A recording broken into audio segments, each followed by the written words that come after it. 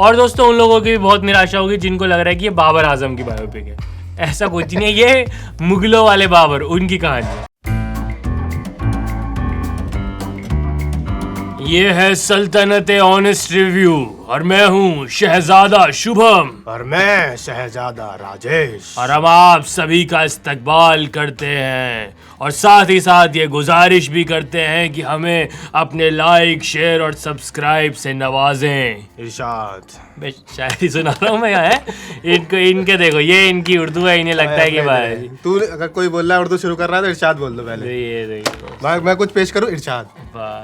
चाहे कोई बेचारा अपना दुख दर्द बता रहा हो है इरशाद कि भाई मेरे तो उधर हाथ कट गया पीछे गन्ने की, उसमें मैंने मशीन में हाथ दे दिया था। इरशाद। बाकी दोस्तों इस हफ्ते भारतीय टीम ने जो हमें दुख दर्द पीड़ा आंसू दिए थे, सब कुछ दिए थे भाई, सब एक झटके में हमारी भारतीय पैरालंपिक टीम ने हमसे छीन लिया। बस इतने मेडल वहां से बरस के आ रहे हैं टोक्यो से। सभी को बहुत बहुत बधाइयां। और हाई लेवल मीटिंग हो चुकी है उधर मुंबई में बॉलीवुड की। ये एक्सक्लूसिव जानकारी दे रहे हैं दोस्तों तुम्हें, विरल बयानी पे भी नहीं आई है गाइस। बाबा सिद्दीकी के घर में बैठ के कल रात को फैसला हुआ है कि जो पिक्चरें हैं वो अब बढ़ चुकी है। नीरज की अक्षय कुमार को मिल चुकी है ऑफ कोर्स, जो सुमित हैं दूसरे गोल्ड मेडलिस्ट उनको मिल चुकी है अपने जॉन अब्राहम को, और विद्या बालन ने कहा है कि फिर एक बार अगर अवनी बनेगी तो वो तो मैं ही करने वाली हूँ। तो देखो ये अच्छी बात है, मैं बधाई देना चाहता हूँ सारे गोल्ड मेडलिस्ट को कि उन्होंने बॉलीवुड को भी रोजगार दिया है। लेकिन इसका एक ही डिसएडवांटेज है, 4 दिन और देरी से आएगा देश का विकास। अब हाँ यार उधर बड़ा बाबा को काम भी तो निपटाने पड़ेंगे अब 4 दिन उनको इनका ख्याल रखना पड़ेगा। ये बेचारे आएंगे उधर से थके आ रहे, फिर इनकी पार्टी करानी पड़ेगी, इनका ब्रेकफास्ट, इनको वो चूरमा खिलाना पड़ेगा, इनका जेवलिन छीन लेंगे। पड़ेगी। चले हम नहीं जाना। अरे चलिए सुमित भाई, अरे निकालिए चूरमा खाइए। सुमित भाई चूरमा खाओ, 4 लड्डू का पैकेट अपना लेके जाओ, इसको तो मैं मोनेटाइज करूंगा अब। बाकी ये ऐसा नहीं है कि ये इकलौता ये काम तो है जो ये कर सकते हैं। जो ऑलरेडी कर दिया है वो ये है कि जलियांवाला बाग जो पूरा इंसिडेंट है सबको पता ही है, मतलब कितनी दर्दनाक कितनी सैड मैसेकर हुआ था भाई, वहाँ पे नरसंहार हुआ, इतने लोग मारे गए और वहाँ पे लाइट शो हो रहा है। अपने वाड़ा पाओ ने वहाँ लाइट शो कर दिया, उसकी वीडियो भी डाल दी कि हेयर इट इज इसके ग्लिम्पसेस देखो रहे हो। मतलब भाई ये कितना ज्यादा इनसेंसिटिव है भाई। वो जो पूरा कॉरिडोर है जिससे बोलते हैं कि वो जनरल डायर आया था यहाँ पे, जिसको पूरा उन्होंने ब्लॉक कर दिया था, उसका भी पूरा नवीनीकरण हो गया है। ये नवीनीकरण के नाम पे ये कौन सा करण हो रहा है सबको पता है। तो मामला यही हुआ कि जो द एम्पायर करके शो आया है उसको पब्लिक ने लिखना शुरू कर दिया बॉयकॉट। और यहाँ में पब्लिक की समझदारी की भी दाद देना चाहूंगा। सबको पता है कि अभी 10-15 दिन बाद आईपीएल तो हॉटस्टार पे ही देखना है, तो हॉटस्टार का बॉयकॉट नहीं, एम्पायर का बॉयकॉट। ये शो हटा दो, बाकी 20 दिन बाद आना तो हमें इसी ऐप पे है।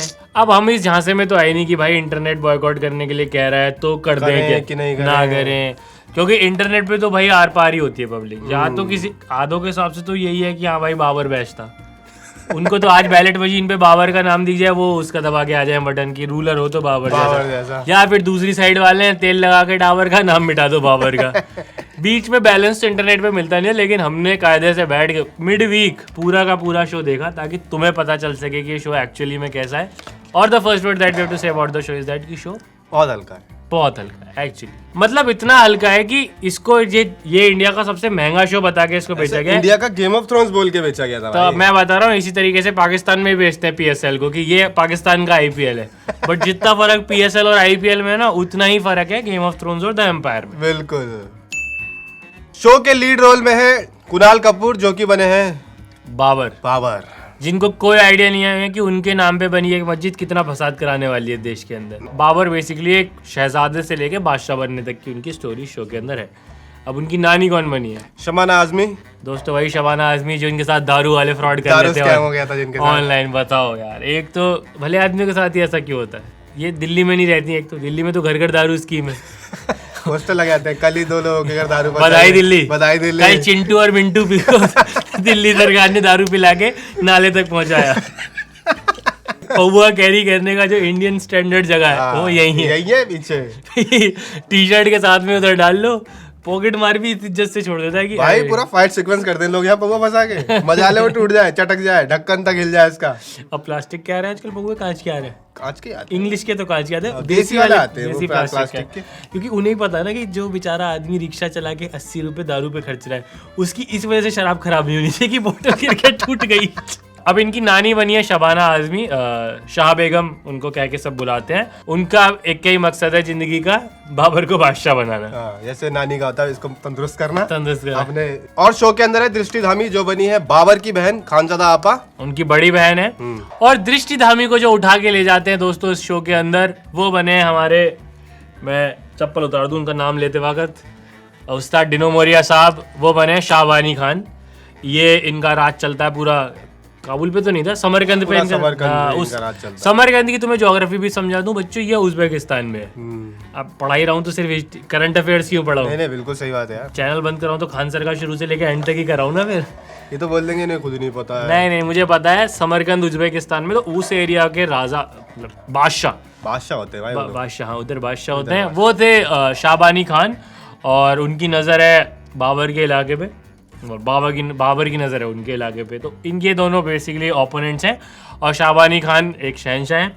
इसके अलावा जो बाबर के सबसे स्ट्रॉन्ग अला है, जो हर बड़ा वाम के मोटा भाई होते हैं, तो वो है राहुल देव। अब जैसे ऐसे जनरल यूजुअली होते हैं, लॉयल टू द किंग और जान दांव पे लगाने वाले, उस तरीके का उनका कैरेक्टर है। इसके अलावा है शो में इमाद शाह जो कि बाबर के दोस्त बने हैं, कासिम। वो हैं चोर टर्न्ड फ्रेंड। यस। तो पहले वो एक चोर होते हैं उधर सेंट्रल एशिया के, और फिर हाँ सेंट्रल एशिया उस रीजन के ही मतलब जाने वाले चोर नहीं, वो एक्चुअली हर चोर की कहानी तो दोस्तों देखो यही होती है कि वो गरीब होता है, मजबूरी में कर रहा है, गरीब होता है एग्जैक्टली। तो गरीब थे, वो गरीब से चोर बने और चोर से राजा के दोस्त बने। अब दोस्तों बाबर हैं, तो बाबर की औलाद भी है इसके अंदर, और उसमें जो सबसे बड़े रोल हैं अपने सोटी 2 के मेन विलेन आदित्य सील, वो बने हुमायूं। और उनसे मैं पूछना चाहूंगा कि वो उनके मकबरे पे कब तक प्री वेड शूट होते रहेंगे, जरा मुझे जवाब दे।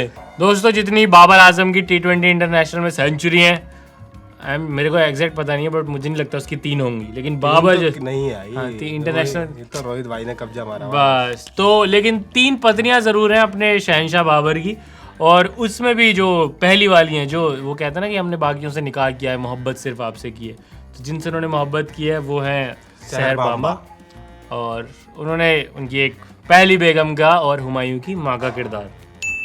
शो की कहानी अपने सेंट्रल एशिया के ब्राउन बॉयज की। ब्राउन मुंडे ये दोस्तों जो सेंट्रल एशिया से बैगाच कैश लेके चलते, एक्चुअली तलवार लेके चले थे, ये कैश लूटने के लिए। तो ये गैंग, इनको बादशाह बोला जाता है, बट एक्चुअली ये सारे थे इन्वेडर्स ही, इनको इन्वेडर ही कहा जाता है। और इन्वेडर फिर अगेन बड़ा रिस्पेक्टेबल शब्द लगता है।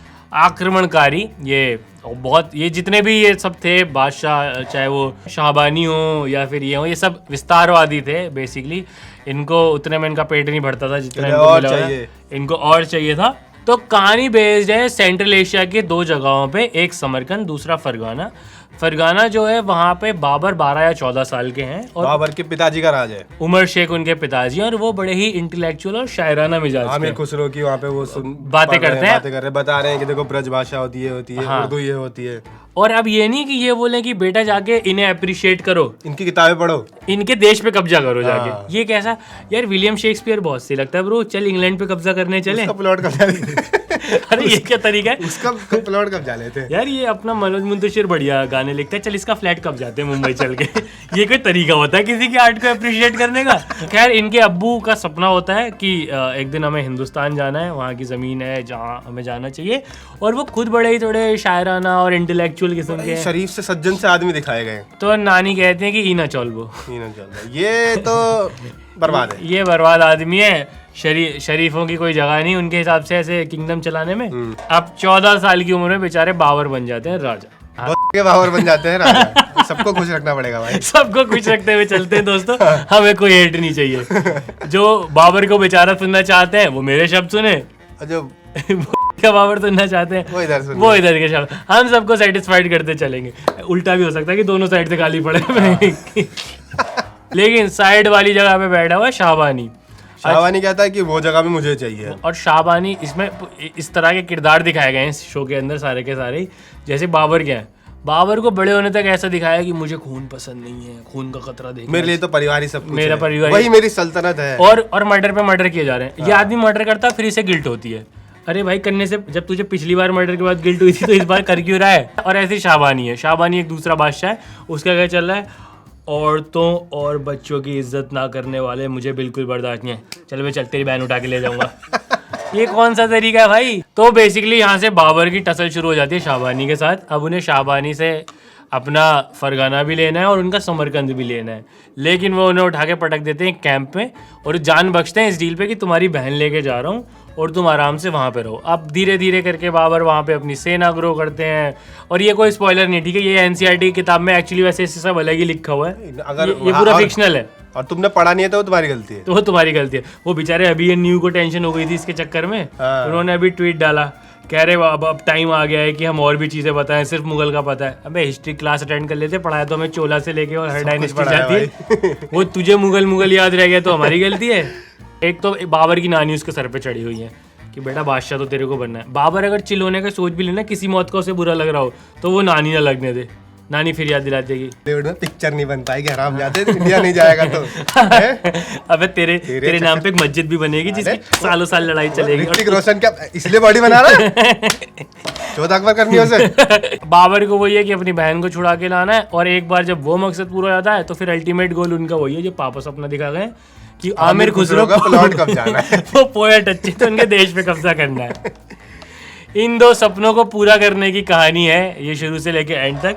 अब इसमें लाइक करने वाली चीजें तो गिनी चुनी है, हम वो बता देते हैं, फिर खुल के जरा डिसलाइक्स पे बात करेंगे। हाँ, परफॉर्मेंसेस 3 से 4 लोगों ने बहुत अच्छी की है। इमाद शाह ने बहुत अच्छी एक्टिंग की है, राहुल देव ने बहुत अच्छी एक्टिंग की है, और शबाना आजमी ने अच्छी, दृष्टि धामी ने बहुत अच्छी एक्टिंग की है। खराब एक्टिंग की है सिर्फ और सिर्फ कुणाल कपूर ने। वो जो मुझे उनको दोष भी नहीं दूंगा, राइटिंग इतनी खराब है, बाबर का कैरेक्टर ही ऐसा लिखा है कंफ्यूज। हाँ, अरे अभी मार के खुश हो रहा है, हाँ, अभी गिल्ट में जा रहा है। वो गिल्ट में। शो में सेट डिजाइन वगैरह बहुत अच्छे हैं, कहीं बहुत ज्यादा अच्छे हैं। जो रियल बनाए हैं, जो 3D किया है वो सब बहुत, VFX बहुत, और कॉस्ट्यूम वगैरह भी बहुत अच्छे लगे हैं। अब बात करते हैं दोस्तों डिसलाइक की।